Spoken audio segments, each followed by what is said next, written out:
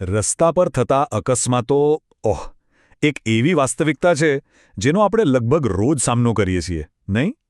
પણ ક્યારેય વિચાર્યું છે કે આવું થાય છે કેમ? એની પાછળના કારણો શું છે?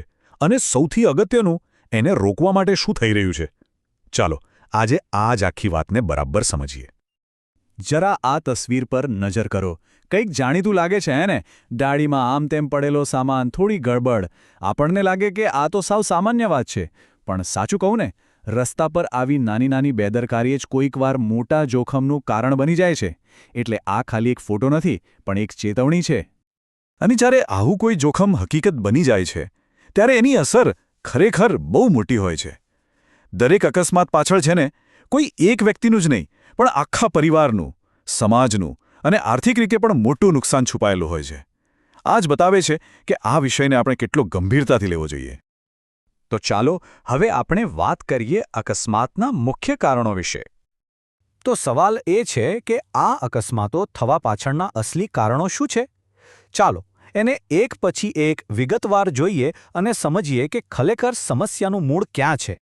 મોટાભાગના કિસ્સાઓમાં કારણ આપણામાંથી જ કોઈ હોય છે. કાં તો ગાડી ચલાવનાર, કાં તો રસ્તો ઓળંગનાર, જેમ કે સિગ્નલ તોડી નાખવું, ફોન પર વાત કરવામાં ધ્યાન ભટકી જવું, કે પછી રાહદારીઓનું ફૂટપાથ છોડીને સીધા રસ્તા પર ચાલવું.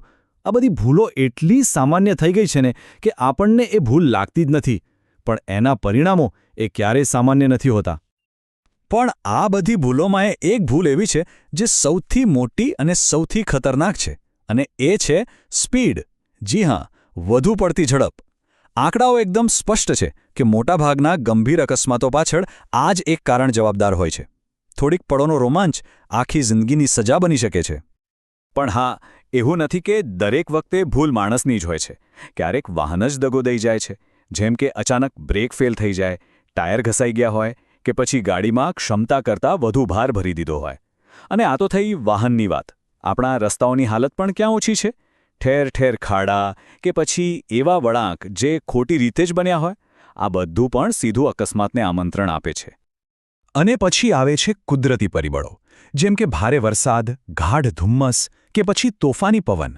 હવે આ એવી વસ્તુઓ છે જે આપણા નિયંત્રણમાં બિલકુલ નથી, અને આવા સમયે ડ્રાઇવિંગ કરવું એ ખરેખર એક મોટો પડકાર બની જાય છે. એટલે સાવચેતી રાખવી ખૂબ જ જરૂરી છે. તો આપણે કારણો તો જોયા, પણ સવાલ એ છે કે આ બધા કારણો સામે લડવા માટે શું થઈ રહ્યું છે?